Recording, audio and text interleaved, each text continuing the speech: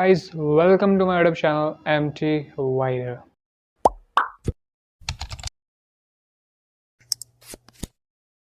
मैं आ गया हूँ एक बहुत ही अच्छी वीडियो लेके। तो आज मैं आपको बताने वाला हूँ टायर्स के बारे में। मैंने पिछले वीडियो में टायर्स के बारे में बताई थी, लेकिन अब थोड़ी और इंटरेस्टिंग वीडियो है, टायर के बारे में ही है।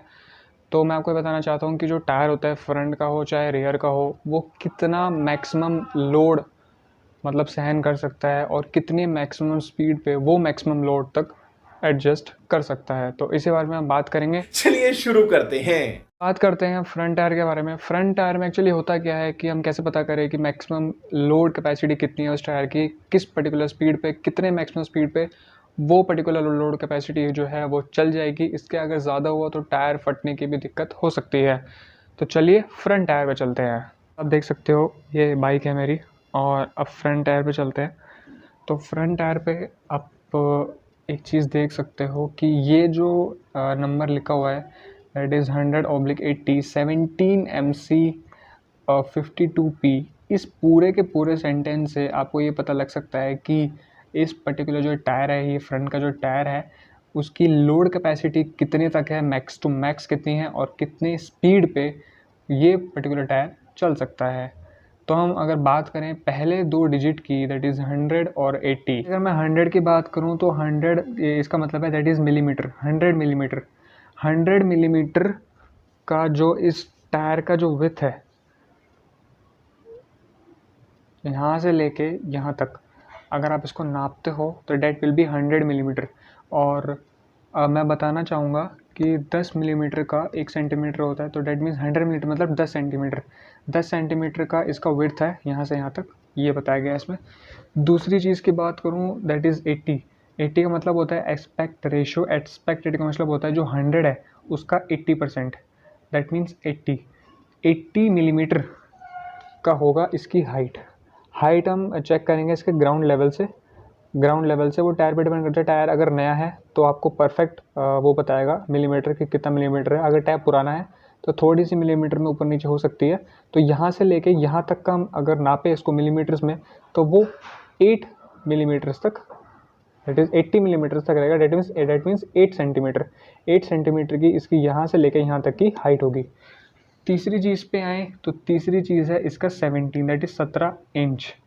ये इंच की बात करें, इसका मतलब होता है कि जो यहाँ से लेके यहाँ तक का इसका जो डायमीटर है इस पूरे टायर का, इस पूरे टायर का जो डायमीटर है यहाँ से लेके यहाँ तक का, वो 17 इंच का है।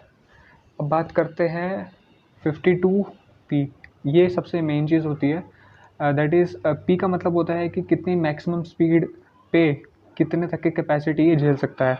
तो P का मतलब होता है दैट इज़ 150 किलोमीटर तक ये बाइक अगर चलती है तो इस पर 52 का मतलब होता है लोड इंडेक्स।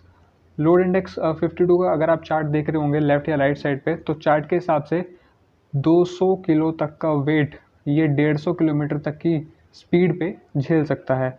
तो ये इस पर्टिकुलर टायर की मैक्सिमम कैपेसिटी है। अब आपको पता लगा होगा कि जो फ्रंट टायर है उसकी मैक्सिमम लोड कैपेसिटी कितनी है, कितने मैक्सिमम स्पीड पे कितना वेट ये झेल सकता है। रियर टायर पे उस पर भी उसके बारे में जान लेते हैं कि उसके पीछे के टायर की जो कैपेसिटी है वो क्या है। मैं बात करूँ पीछे वाले टायर की, तो पीछे वाले टायर में भी आप देख सकते हो कि ये एक बहुत बड़ा नंबर लिखा हुआ है।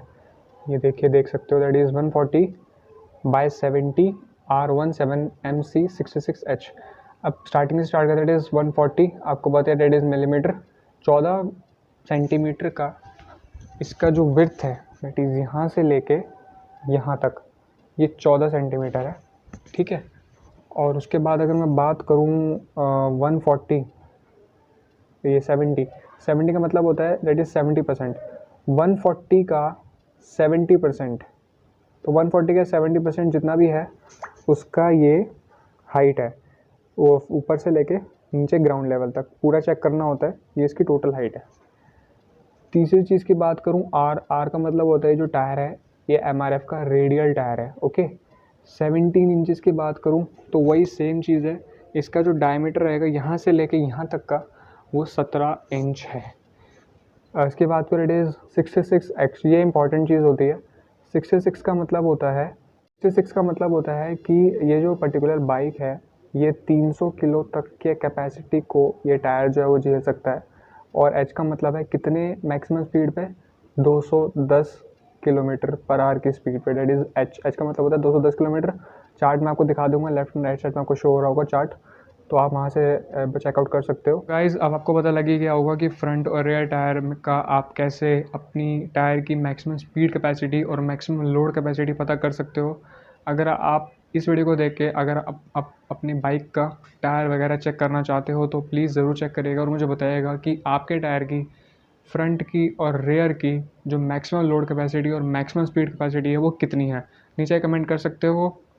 आपको वीडियो पसंद आई होगी, पसंद आएगी तो लाइक कर देना, शेयर कर देना, कमेंट कर देना, और अगर कोई नया बंदा देख रहा है तो प्लीज़ सब्सक्राइब कर देना, थोड़ा सपोर्ट कर दो भाई को। मैं ऐसे ही नए नए कंटेंट कैसा वीडियो लेके आता रहूँगा। तब तक के लिए थैंक यू सो मच।